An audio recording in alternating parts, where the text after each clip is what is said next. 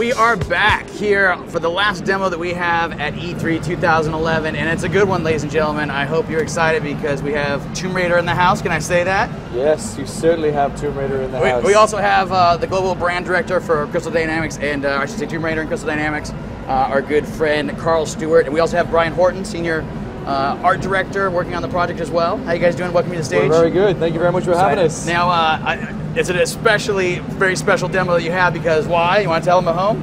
This, outside of the Microsoft conference, is actually the first time that we've demoed it live outside of our booth. Excellent. All right. Well, so it's kind of a world exclusive in its own right. Thank you so much. We got the game here. So without further ado, we're gonna let Brian just jump in and let's take a look at what you guys brought. All right, here we go.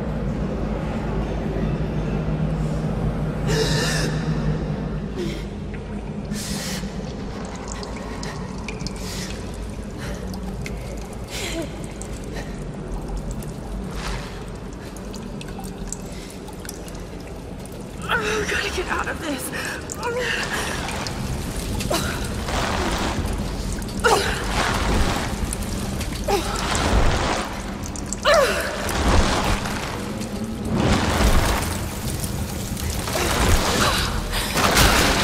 I can't die like this.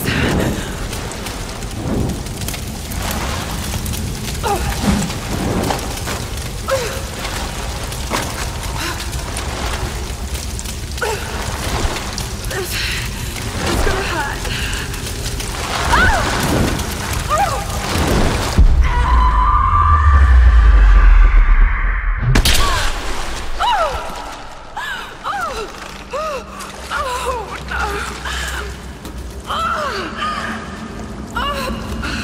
Come on.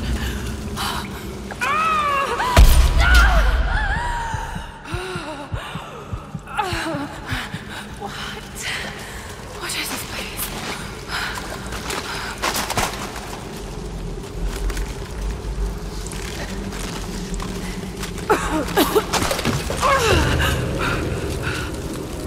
God, no. What did he do to you? I've got to get out of here. A torch.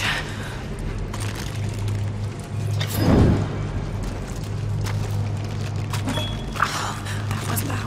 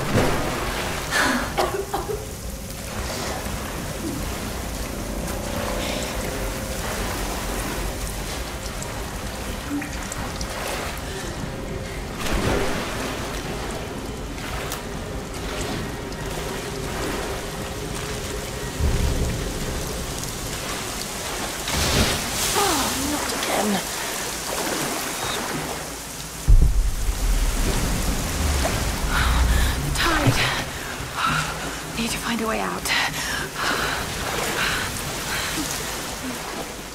More fire.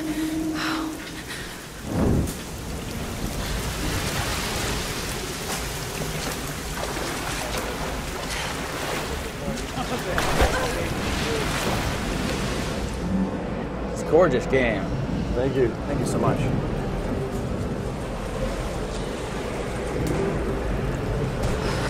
What kind of contraption is this?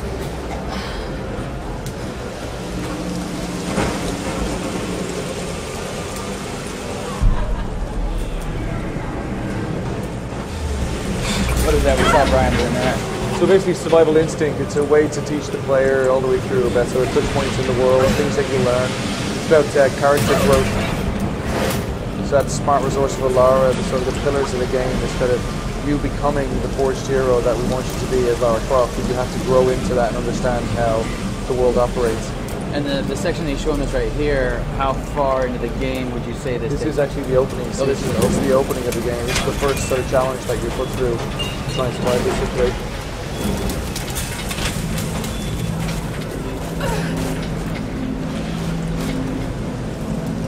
Now, we were talking a little bit. This is a project you guys have been keeping secret for like 2 years.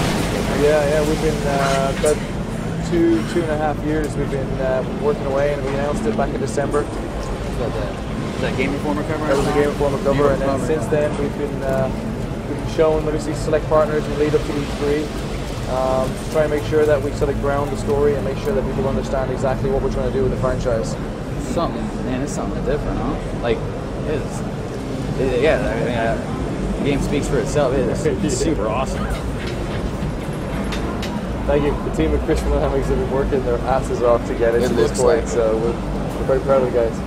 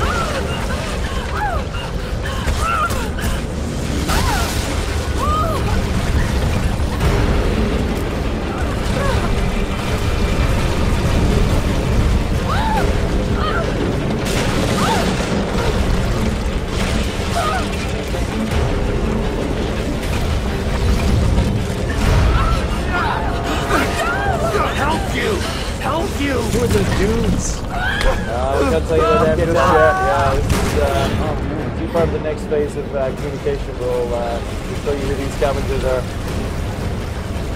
It's all about Lara right now.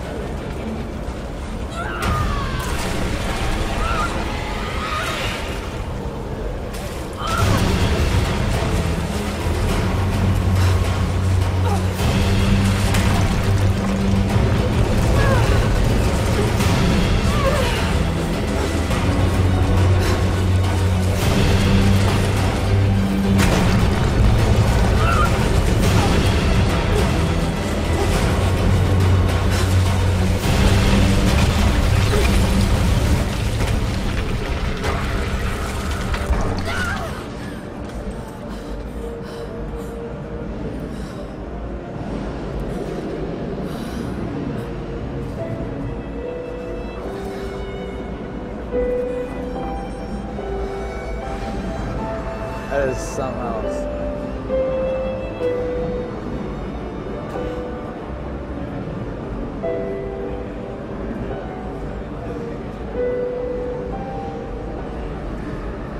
And there you have it, huh? Wow, that is super awesome. I hope you guys get here with people are clapping out here at the booth. So yeah, that is something else. Now, before I let you guys go, I got some audience folks in our audience would probably like to ask you a couple questions. Before we get to that, I've got a couple of my own. Yes, fire away. Obviously, the Tomb Raider series had kind of like, you know, been where it had been in for a while, and then we'd seen it like when you guys talked about doing this and taking this in a slightly different direction with all the, you know, with all the crazy stuff you guys are doing. What did people say when you told them that you wanted to do it? I think everybody knew that when we finished Underworld, it was time to sort of review Tomb Raider, see where it was going to go in the future. I think when Daryl and the team at Crystal all got together, we decided it's time to reimagine Lara Croft and bring Tomb Raider for the ages. In a way, kind of make it real for us. Tomb Raider had been gotten a bit stale, so Everybody loved it. Everybody accepted it. It was definitely the direction to go in. So They just really wanted the gaming audience to really care for Lara again. She's an icon. We feel like the way we approached her, making her younger, more vulnerable, and giving her some room to grow is going to make a big difference. And we're really excited about launching that version of Lara to the world. With what you guys had started planning before you started building this some 2 years ago or whatever, and seeing it here today, it's like how close to the original vision. It seems like it's neat.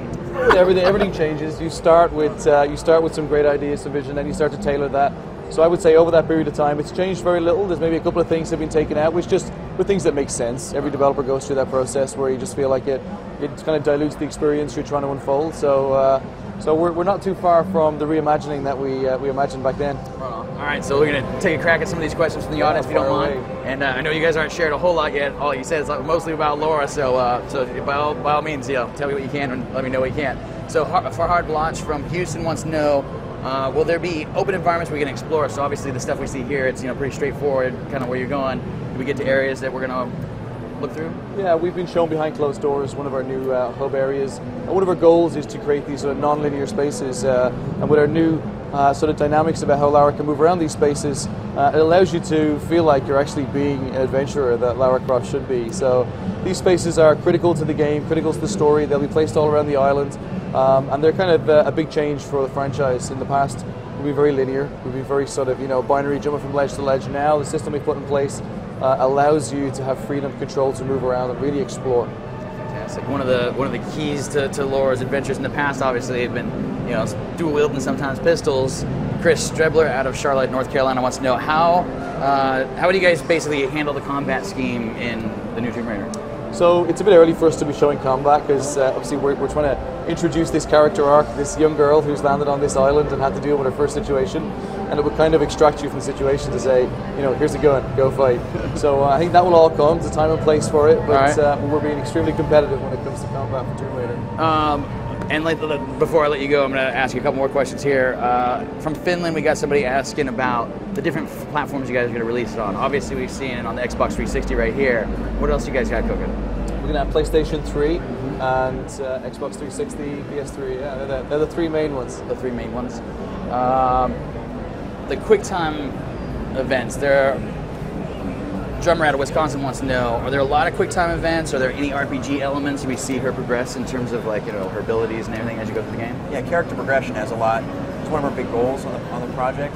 So just because we're telling an origin story and Lara doesn't have all the skills she needs, to be the true hardened survivor, she's going to learn and grow, and these sort of RPG elements are going to be incorporated.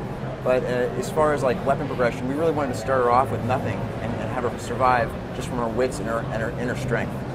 And the first little bit there was kind of a rough time for her. Yeah, it certainly was. And I would say that what you see at this early stage in terms of QuickTime events, that's no indication as to the amount or the level of them throughout the entire game. I gotcha. Obviously, this is a first look. We're in fall 2012, so we're a bit of ways away. Yeah, you guys got some time. Yes, we certainly do.